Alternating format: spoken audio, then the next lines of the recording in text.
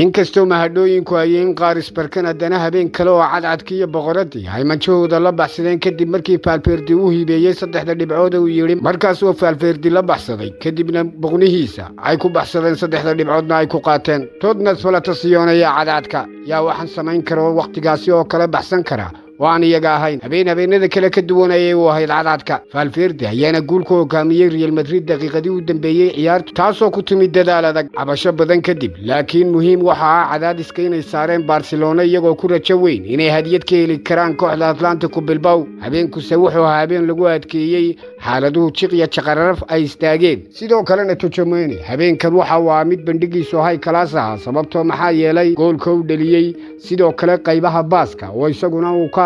mid dhamaanteed meelaha ay ku diiradaysnaayeen 90% u hirgalay